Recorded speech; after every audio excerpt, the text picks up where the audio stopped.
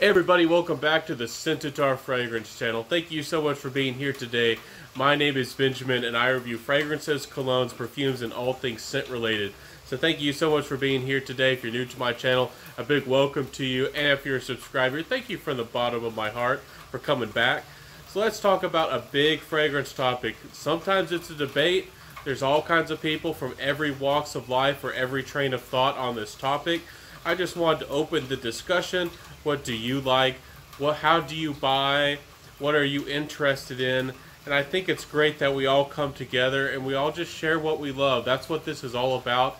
Sharing our passion, what we love, and what we care about.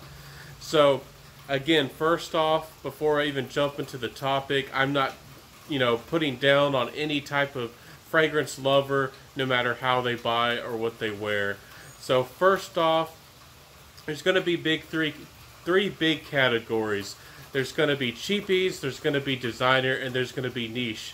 If this is hard for you to understand, just think of it as everyday life. You're going to have the cheap alternative. Maybe it's on clearance. Then you're going to have an item that's just cost, a normal amount. A brand that you could trust, that's reliable. And then you're going to have something that's a luxury good. Something that's really expensive. Something that's really desirable, but you're going to pay extra for it. So first off, let's start with the cheapies. What's on clearance? So these fragrances, a lot of them, especially if you're going for, on gray sellers, people who remarket and resell the product like FragranceNet and Notino, Fragrance X, and a number of others. A lot of these fragrances used to be the designer fragrances. They were name brand. They cost $80 USD or more. These fragrances are often just marked down prices, marked down fragrances. There are some brands that did market to be more affordable. Those are a little bit different, but it's really all in the same category. These fragrances often are a really good bang for your buck. You get amazing value for your money a lot of times. But still, sometimes the quality to some people isn't what they want. But these fragrances are fantastic for daily drivers. Fragrances that you can rely upon, depend upon, and that really are likable to a lot of people. They're mass appealing and do a really good job. Now, another factor of the cheapies is that sometimes because these fragrances are on clearance, they're actually discontinued fragrances. So these fragrances sometimes are fantastic, beloved fragrances. The supplies dry up and the prices go up. So sometimes if you're at the beginning of the train, you can actually make money or actually feel really connected to a fragrance because it's special, or you could actually buy into it, or maybe buy into the fragrance too late and you could be losing money per value, or really miss out on something. That's just how it works sometimes.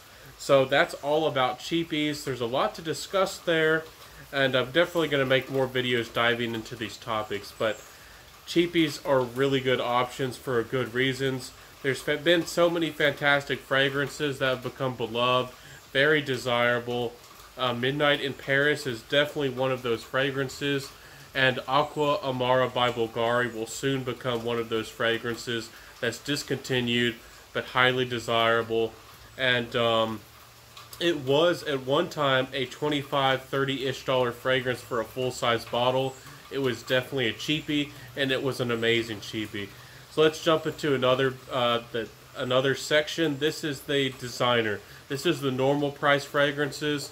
Some people might see these as luxury goods, but these are considered kind of like the gold standard of the fragrance game, of brands. These are brands like Versace fragrances and Gucci.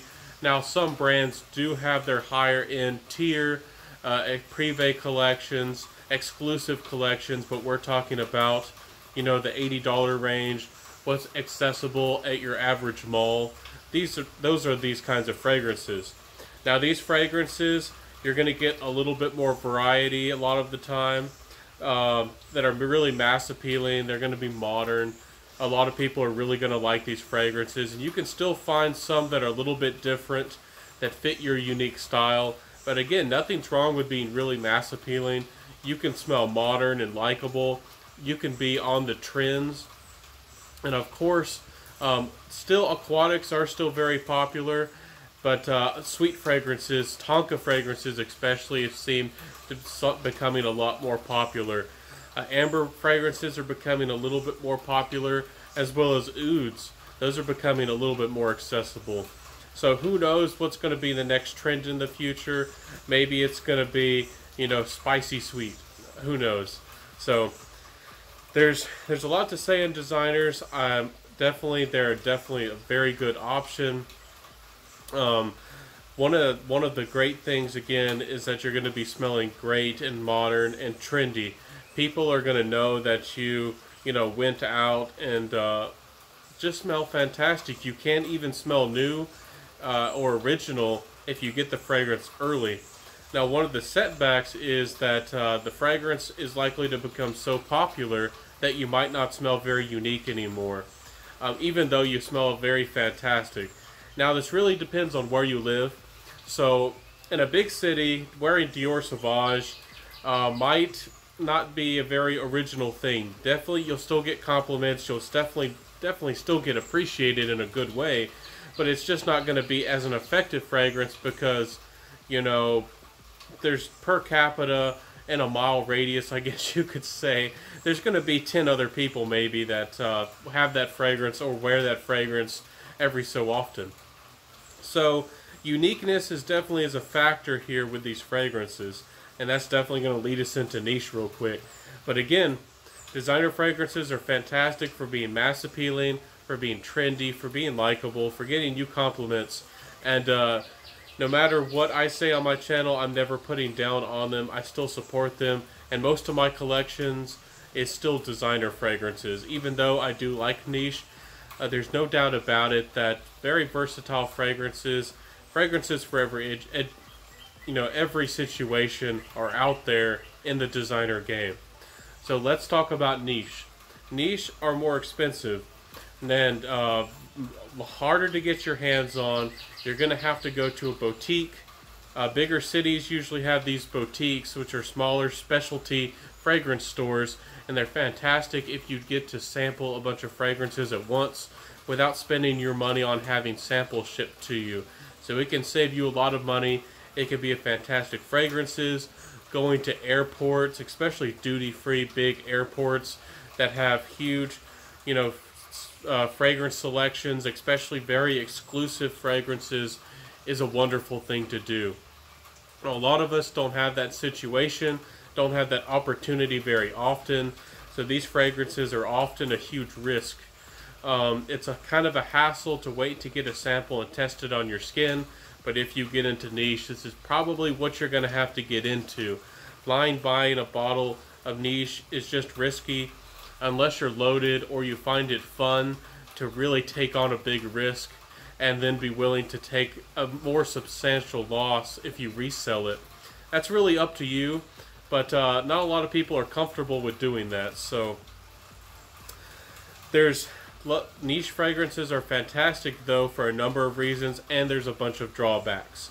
On the good side, a lot of the fragrances are very high quality, not necessarily always the best quality, but a lot of the times you're going to get better quality because you're paying for it. Sometimes the branding is too much and really detracts from what you're getting. But some of these more exclusive upcoming brands, maybe indie type niche brands, you definitely can get a fantastic juice. Now, there are mass appealing niche fragrances, no doubt about it, but a lot of people's train of thought is that niche should be different, it should be exclusive, it should have a lot of personality, and nothing's wrong with that. But again, that's for a lot of people, being mass appealing or not, is really important. Just smelling good everyday situations. So sometimes niche is not what they want. On my channel, I'm just encouraging you that niche is a fantastic option, but never feel pressured to get into niche. Never feel like you have to get into niche and that niche is always the better option. If you're more of a casual person, more of just an everyday go with the flow person, Or maybe you're just looking for a fragrance for everyday situations, office wear, work wear, going to the gym. Designer fragrances and even some cheapies might be the better option. But there's no doubt about it that niche fragrances are going to offer something more with more variety, something that's more unique, something that's different. For some of us, the art of the fragrance, the uniqueness, the complexity of a fragrance is very beautiful and it's very special, and we want to express ourselves in a more unique way. So that's kind of the train of thought with a niche fragrance. There's a lot to say about all of these topics, but I do like niche fragrances. I am exploring them, but you really have to test the water here and there, figure out what you like, what you love. And I feel like a lot of us are kind of going a progress of steps. So first off, we're going to get into designers. Then a lot of us, because they're accessible, they're at the mall, they're what we're familiar with. Then we're likely to go to Cheapies and find fantastic deals, find fantastic fragrances for different situations. Then we're going to get more particular on what we like, want to express ourselves or experience, perhaps the best the world has to offer. We might start dabbling with the niche. Now, you don't have to do this, and I'm not saying that this is the best way to go about it, but I think a lot of us go around that way. But no matter what you choose, if you stick to a certain category, if you dabble in all three, or if you just choose two of the categories, nothing is wrong with that in the fragrance community.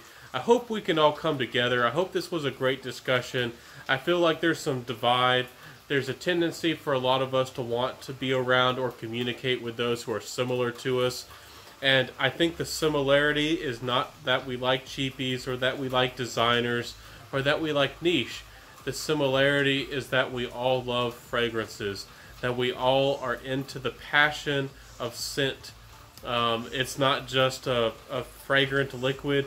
There's more to it. There's character. There's personality. There's an expression of who we are.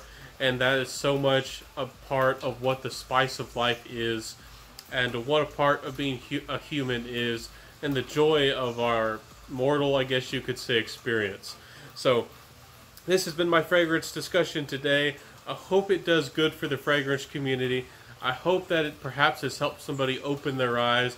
I know if you're an experienced veteran in the fragrance game, that this discussion isn't going to be probably the most unique or the most helpful. But if you're a fragrance veteran, I definitely want to hear from you below. What niche fragrances are you into? And let's do a call out. Put below what you're into. Are you into cheapies? Are you into the designer fragrances? Are you into the niche?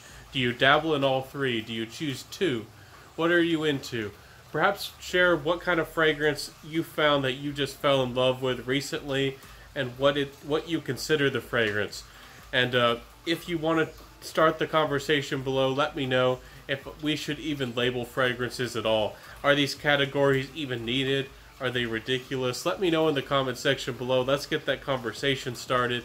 Thank y'all so much for being here today. If you've stuck around to this fragrance chat, if you've stuck around and had a good sip of your favorite beverage and chilled out with me today in this fantastic rainy day, please like, comment, subscribe, support me as a fragrance reviewer. Let me know that you want me to keep making content and continue on this fragrance journey. So thank you so much for being here today.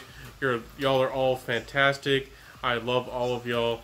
And thank you for being a part of this Scentitar fragrance family. And of course, wear what you love. And I'll see y'all next time. Goodbye.